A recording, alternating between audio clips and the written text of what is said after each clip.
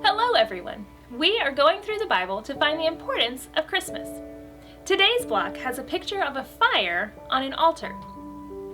After the walls of Jericho fell down, God's people lived in the land God had made for them, and pretty soon they wanted a king like all the other nations had. Even though God was supposed to be their king, they wanted a human king so they could be like everybody else. So God gave them a king to rule over them. Some of those kings listened to God, and they led God's people to listen to God. But most of those kings were bad. They didn't listen to God, and so God's people didn't listen to God either. They didn't care if God was really there or not.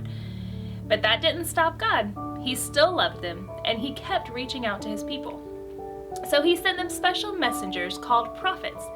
Their job was to remind God's people that the only way they could really be happy was if God was with them, and if they were with God.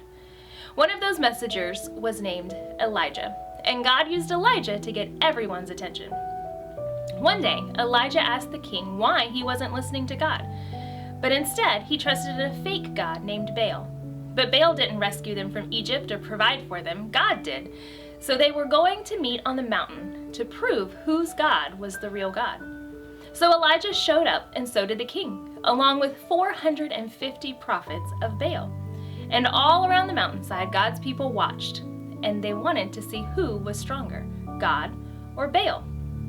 Elijah decided they would have a contest. He would put a bull on one altar, and they would put a bull on another altar.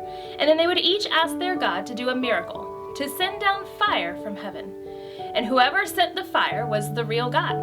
So the prophets of Baal went first, all 450 of them. So they danced around and they sang songs and they jumped up and down and they did everything they could. But there was no fire, just a bunch of guys dancing and shouting and looking silly.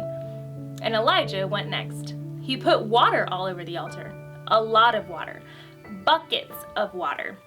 And everyone thought, there's no way that will burn. And then Elijah prayed, God, you're the same God who is with Abraham and with Isaac and with Jacob.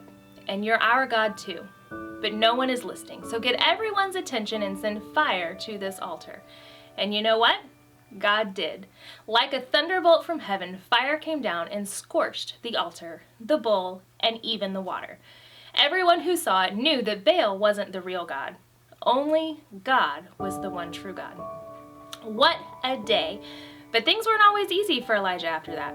The king didn't like losing this contest, and Elijah had to run and hide in a cave. And even though Elijah was in a cave, he wasn't alone. God was with him in the dark cave, and even when Elijah was the only one on the mountain who thought God would send fire, God was still with him. So God was happy with Elijah, and many years later, God decided to come down to bring Elijah to live with him forever. So the picture of the fire on the altar reminds us of a miracle God did to prove that he was the only true God to his people. Tomorrow, we're going to talk about one of the kings that God gave to his people. See you tomorrow.